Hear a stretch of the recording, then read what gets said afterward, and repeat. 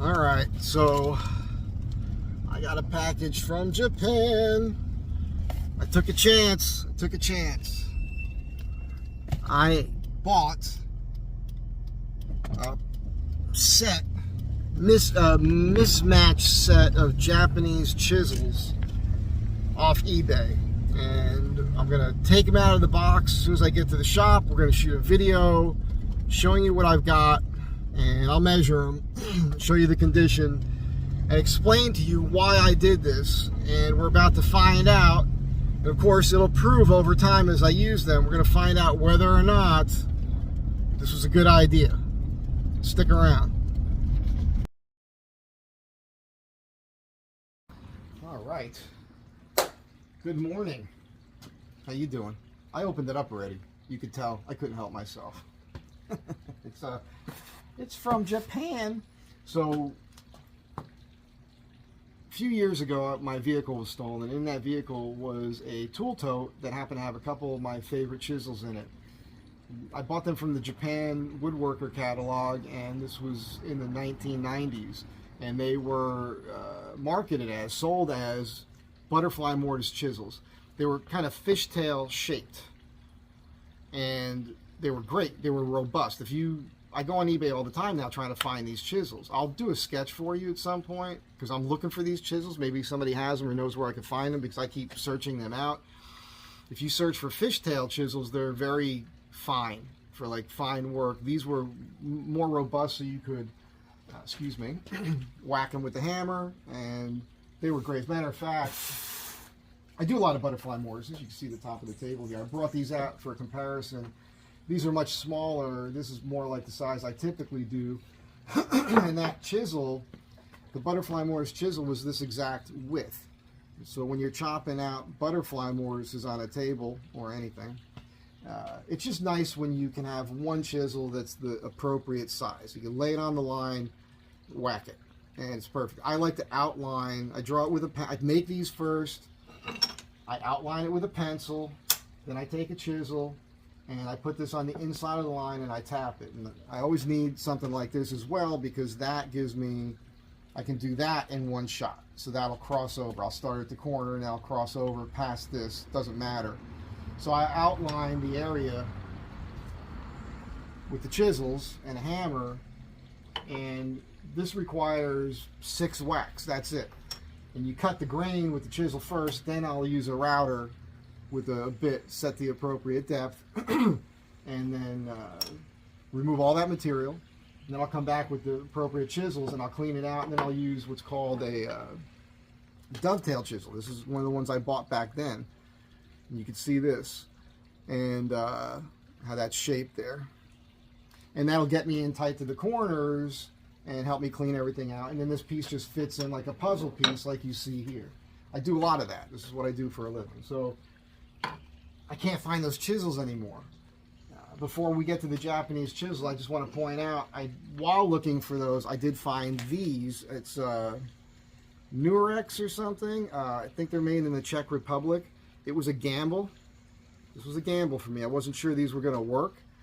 They've got a hollow on the back, just like the Japanese chisels. The handles that come on these are much longer. I mean, they come out all the way to here, so they didn't make sense for me. I chopped them down. I actually used bicycle parts, vintage bicycle parts, as a hoop. This one here, I had to do what I call a bullseye wedge, because I trimmed too much when I did that. Now it's on there pretty snug. But now that it's smaller, I can get in and work tightly with these things. Now, I've been very impressed with the steel on these. I've honed them. These are a little bit worn right now. I honed them the other day, but I was chopping out mortises with them. Thing is, they only come in 2 sizes, and sometimes you just, obviously, you need a different size. So as I go on eBay from time to time, looking for these dovetail chisels, the butterfly mortise chisels, I can't find them. They don't exist. But every once in a while, I stumble upon something and I'm curious about, which is right here in this box. This is a whole set of Japanese. They're mismatched. They're old. They were honed or sharpened already. I looked at them last night. They're okay. We're going to go over them real quick. We'll measure them out, tell you what they are in size, and talk about them. So it's interesting. So shipping from Japan is about 25, 26 bucks. And the bidding on these sets start at like $5 or something. So I was watching this set and the numbers were going up. I was comparing it to other sets. I was looking at all the pictures. And when you look at the pictures, they're showing you each chisel and you can see corners chipped and everything else. This set looks pretty good. And so it was getting towards the end. I was watching. It was a couple minutes left and the numbers were going up pretty high. And I just put a high number on it. And with shipping and everything else, this came in at just over $200. Was it worth it? Was it worth spending $210 with shipping from Japan to get these chisels? I don't know yet. But let's take a look at them. The packaging leaves a little bit to be desired because the tips were not protected.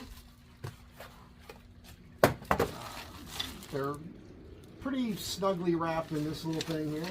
And there are sharp edges pointing up at you. So handles and tips, which makes sense. So we're going to pull all these out. This is fantastic for one thing. I just want to point out, and this is what I wanted to check. It's basically the same size as the one I have already. Not as thick. This is the one I had already.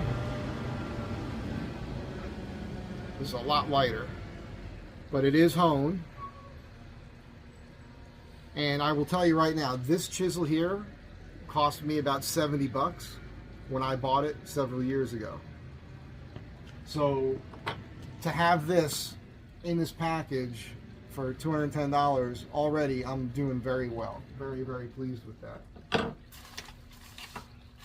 Another, I'm just happen to be grabbing these out at the right. So I'm a little short on this one for being a one whack, but that's okay. I could scale them down to fit this chisel if I decide to use that. Okay, this one here is what you'd call a mortise chisel because it's far more robust. This is designed for straight up mortises. Just hammering away into a mortise to clean that out, and that's good. The only thing about this one is, you might see it, it has been sharpened and it's not square. It's off on an angle here. So that's a little bit of a bummer, but it's pretty sharp. Doesn't matter, I know how to do that. I'll have to hone it. But what I'll do with this one here is I'll get it out on a machine and I'll try to square that tip off and then I'll hone that properly. I'll say though, there's still a lot of meat and life left in this chisel, and it's pretty weird that they still have the stickers on them. You could tell chisels with the wear by how worn off the sticker is, right? So you can tell this one here got quite a bit of use. This one here probably got a lot more use. This is going to be a favorite chisel. I can tell already. That's going to be a good one. We'll measure them out. This is another mortise chisel, and this one is chipped on the end. I got to tell you, I got to go back and look at the eBay listing.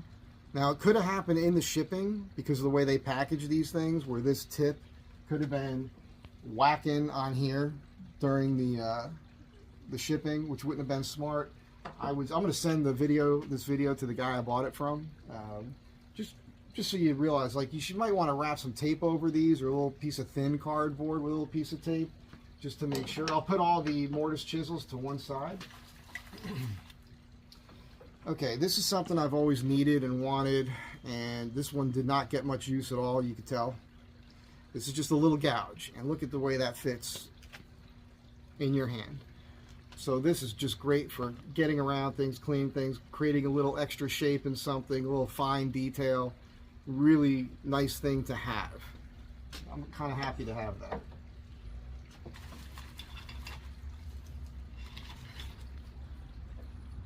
Standard chisel. Put these in size. Oh, look at this, another one. That looks like to be almost an inch or so.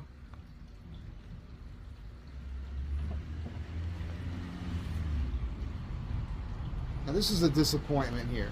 Again, when I looked at the pictures, they all looked like they were in much better shape than what they are here.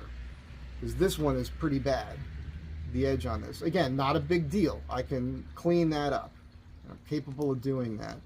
So But that's not what I expected based on the pictures. And I can tell you what right now, if you look at this mirror polish and how nicked up this is, I don't know if that's focusing or not. That seems to me that that probably happened in shipping, and it was just, if I was to investigate these hoops, I wouldn't doubt if I'm going to see the marks from these chisels hitting one another and being damaged in shipping.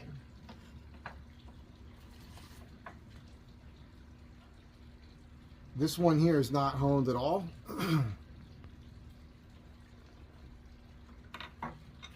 Now the story with Japanese chisels is, that's the end of this. There's this one here, which is another mortise. This is great. This is fantastic to have. And I'll tell you why. This is approximately an 1/8 inch chisel. And when you buy these, usually you get the Western ones and they're super long, man. I've got a couple of them.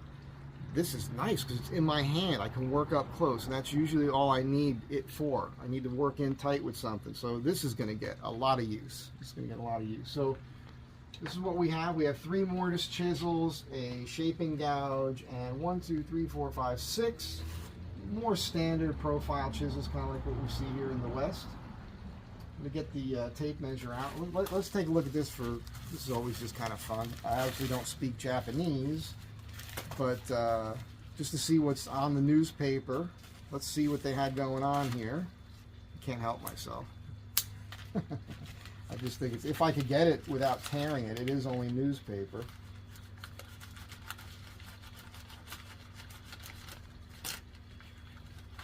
We cut the tape here. Just be neat to see. We get a little, maybe there's some pictures in here. We get a little glimpse of the culture. A fantasy of mine used to be to go to Japan and work on a temple or something and just use, really work the skills for the handwork that they do there with all the chisel work and all the joinery. The Japanese are masters at this. One of the neat things about the chisels is, the story is, and it seems legit to me, is that the families that used to make samurai swords are basically the people making all the knives and chisels and such today. So we're just going to rip this. Maybe not a good idea if I want to see what's actually going on, but let's just give it a shot. We won't be able to. This is to take all day the way that they did this. Well, here we go. There's a beautiful Japanese woman in an ad. Okay, we got that. And we got some music, little music ad here. We have a helicopter. Here's Mount Fuji. So yeah, pretty neat. And there's no English whatsoever. Some numbers there. And I apologize, but if you guys have been watching my videos long enough, you know I'm in Los Angeles and it's a war zone here. So look at this, man. There's still people wearing masks over there. But I think they do that traditionally for other reasons.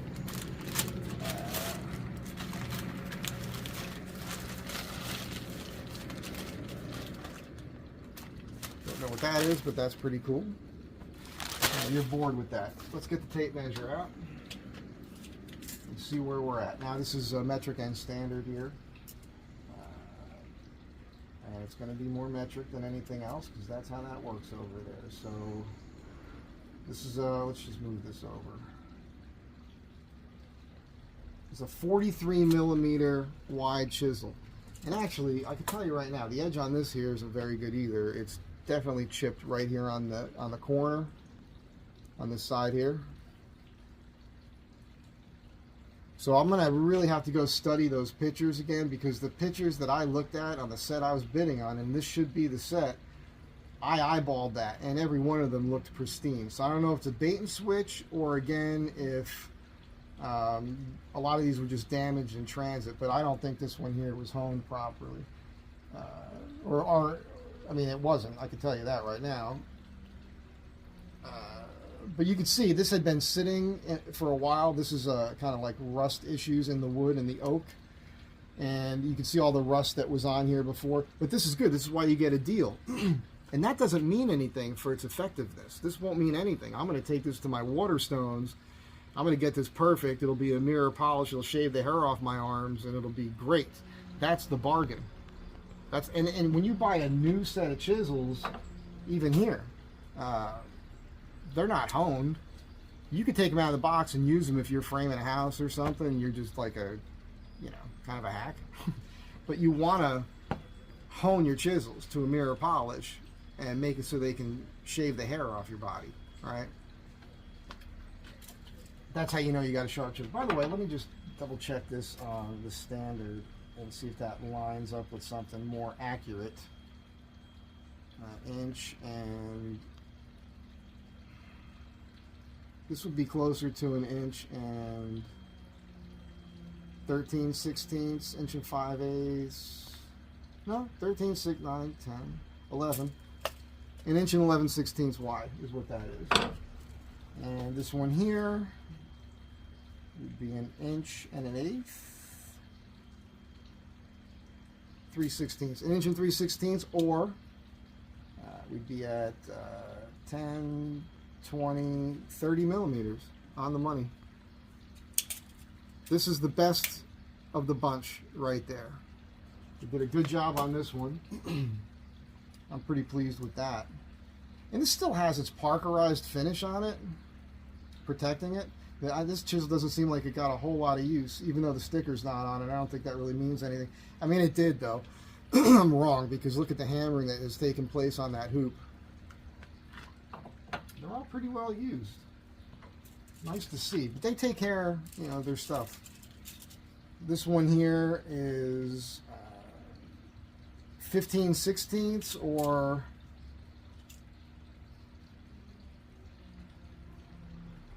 10, 20, 24 millimeter. It's another good chisel. It's going to get a lot of use. This one here is the one that's pretty well effed up. It's a bummer.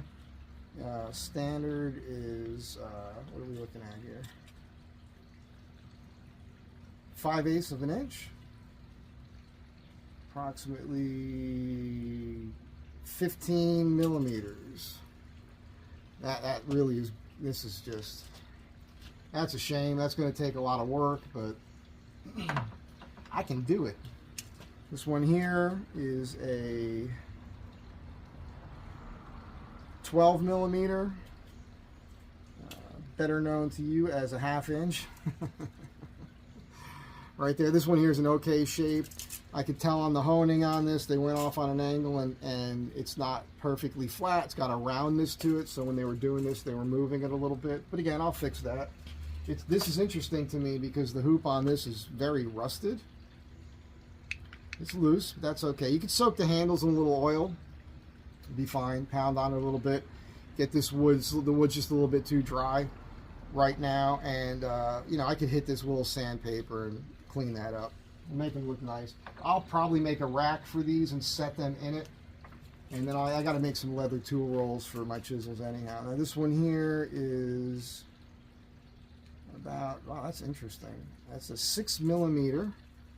Or we'd call this a 1/4 inch, and this has not been honed at all, as we can see. You'll see here on these two, you should probably see this on all of them. If I angle this flat, you see the handle goes off, right? This is a good thing. So if I'm laying that flat, you can see the handle lifts. So this allows you to get a little bit flatter on your work, and that's extremely, where did I just put the small chisel? There it is. Evident on this. Now this one here looks to me, like somebody may have even bent it a little bit more to facilitate that. You see that? So I could see how the handle isn't touching the surface when I push on that. So that's a nice thing. Helps you get in flat to something. Good thing to have. Now, check out these mortise chisels here. Again, this one's on an angle, which is not, it's not what you really want. Now look, I said that, but depending on what you do, whether you're right-handed or left-handed, you may choose to put a slight angle on that because maybe there's an action that you do all the time with this particular chisel. Maybe that was set up on purpose so that when he gets into a mortise, he's cleaning that one side out more. I'm trying to give you the benefit of the doubt there. That's not typically how you would do this. Let's just eyeball this here. It is just under 5/8 of an inch. But in millimeters, we're looking at precisely 15 millimeters. This is a good, this chisel to me, this is brand new, really, which is weird that it's on an angle because look, no use. It's had no hammering on it whatsoever. The hoop is still nice and shiny. Stickers in place, so this got no use. I'd say the same with this one here. Got a little bit of use on this one. These hoops are a little loose again. The wood's just real dry.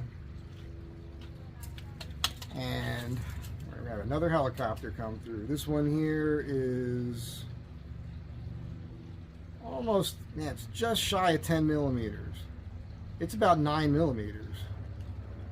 Odd size, but on standard it is right about 3/8 of an inch, which is a good size to have. This is the one I'm really excited about, which is, you know, pretty much on the money, an 1/8 inch or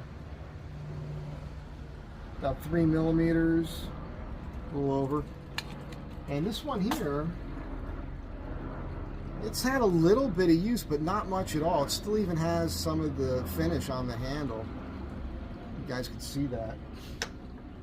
And the gouge, I might as well just put a tape on it. Just the overall width of it in millimeters is 10 millimeters. It's just over 3/8 of an inch, or right about there. So that's this again. This is going to definitely get some use. And it just, I'll tell you what, that right there. I showed it already, but just the way that it fits in your hand, I'm real happy about this. So yeah, that's that, I suppose. I wanted to be able to talk to you about these things. There is this. One of the things that I like to do, I'm going to put my elbow down and sit it on a chisel and rip my flesh open. Let's try to not do that. When I'm out and about at swap meets, I'm always looking for old chisels because I know how to restore them and bring them back to usability. And I found this at a swap meet, I don't even know, 10, 15 years ago, and honed that to a mirror polish there. And you can see how that fits in the hand. So this is not something I use to whack. It's something I use for a little bit of finesse here and there, shaving things away, whatever. It had these double X's etched into it, which is kind of neat. It's a vintage Stanley, I believe, and the mark is pretty worn here. I'm sure it didn't come with this handle. Then again, I don't know. You guys could tell me. Maybe this is some odd thing that was a known thing at the time back in the day. But it's pretty cool. This is one of my favorite chisels. So that's where we're at here with this. This happens to be a swan neck, a crank neck chisel that you use. It's not Japanese. I use this to stick in and clean out my mortises.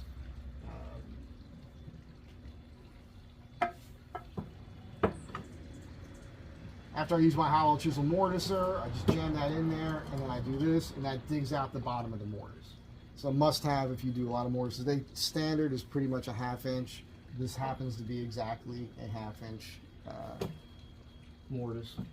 So that's it. Was it worth it? Was it worth spending $200? Well, let's do the math. 1, 2, 3, 4, 5, 6, 7, 8, 9. There's 10 chisels at, I'm saying $210. I think that's what it was with shipping. So it's really under $200 for the chisels. But let's just say $200. That's $20 a chisel. Was it worth it? Yes, yes, yes. It's worth. If you know how to hone your chisels, if you know what you're doing, because again, this chisel alone, I'm pretty certain I spent about $70 on this. And this came with a nice little leather cover for it and all that. It's just amazing how much heavier this is compared to this. And this is a newer made chisel, and you can tell it. This gets a lot of use. I use this a lot. I did chip the corner, so I've been working that again, and right now it's not perfectly straight across here. It has just a slight bow to it, but it's okay. I rock it a little. The more I hone this, I'll get that to be straight again. It's just one of those things that happens if you damage your chisel. But your chisels, as you use them in very, very short order, you are going to learn what you need to do with each one, and you'll be able to figure that out. But again, this chisel right here is, you know, you grab this chisel and one of these, you got half the price of everything. So 4 of these chisels, 4 or 5 of these chisels might cost you $200 if you were buying them new. So yes, it's absolutely worth it if they're in decent shape. Now the other thing I'm noticing is all these handles are in good shape, and I didn't see any cracks in them. Everything is serviceable. So if you're the type of guy that can service your own stuff, you know what you're doing, it's great. Why? Why do I want Japanese chisel? Because the steel is better. For me, I'm typically working in hardwoods, and I've found that Japanese steel tends to hold its edge longer for the type of work I'm doing, which is chopping out a lot of mortises, which is, you know, I do a lot of butterfly mortises. I've mastered that. I can do that pretty quick, freehand. I'm not a jig guy with that. My philosophy with butterfly mortises, just to take us away from the chisels for a moment, if you use a jig, then, and this might be a benefit to some people, at least you think this is a benefit. To me, it's not a benefit. When you use a jig and a collet system with a router, every one of these is exactly the same. And you run into 2 other issues. One is, when you do your relief cut in the material, the corners are rounded. When you cut these out, they're squared. So now you've got to make a determination. Do you square up the corner, or do you round over this? Now, I've seen people round this over. To me, I think that's the worst thing you could do, because when you look at a piece and you've got a bunch of butterfly mortises in it, and by the way, a butterfly mortise is a mechanical fastener. It's not supposed to be strictly an aesthetic thing. If you see a board and there's no joint anywhere, and somebody's just placed a butterfly mortise in it to make it, they think it looks cool, it's superfluous. There's a whole lot of work for nothing, just to make it look cool. It's not doing anything. In this case, on this table, as you can see, this is more of a rustic table. I'm leaving a lot of flaws, and I'm working on it on purpose to actually create more dings and stuff on it before I scrape it smooth and a little sandpaper here and there and start applying finish, so it looks like it's old already. But you can see here, there's a crack going through this table on this board here. And so that's why those butterflies are there. They're performing a function. Same thing on this one here. I'll run the camera over everything at the end of the video so you can see.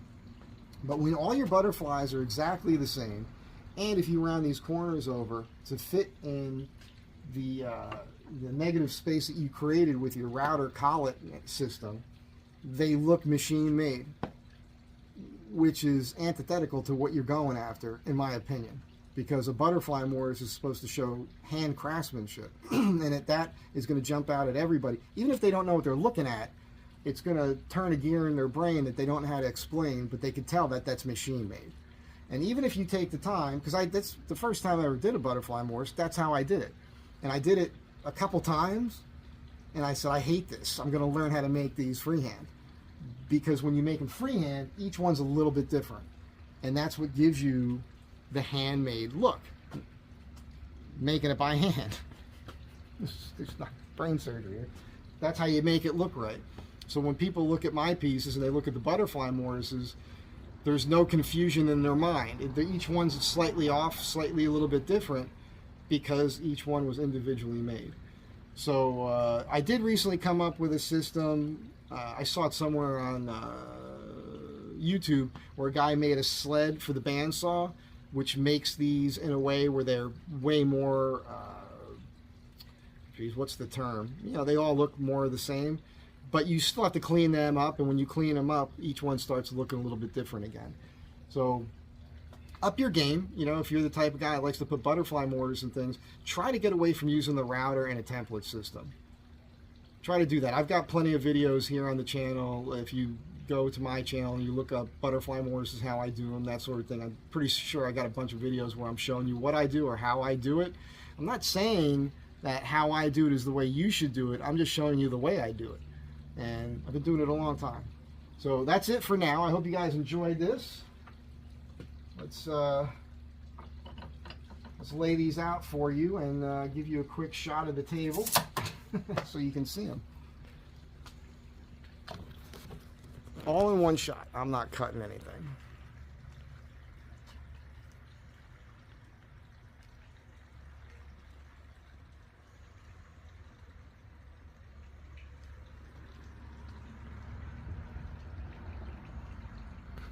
Again, these are the Czech Republic chisels, the dovetail chisels. This is the table I'm working on right now. It's just a rough sketch. Just did these shallow mortises to hold the beam in place. And yeah. Anyhow, I hope you guys enjoyed this. Have a great day. Thanks for being here. Come back again. Tell your friends. And it's not a problem taking the chance on the Japanese chisels. Just eyeball those pictures. Make sure you're getting what you're ordering. And it's not worth doing unless you know how to clean these things up and bring them back to like new. And as time progresses here in the shop, every once in a while I'll be doing a video where I'm honing one of these and using it. And if you guys come back, you'll see that happen. Have a great day. Be kind to one another. I'll catch you in the next one.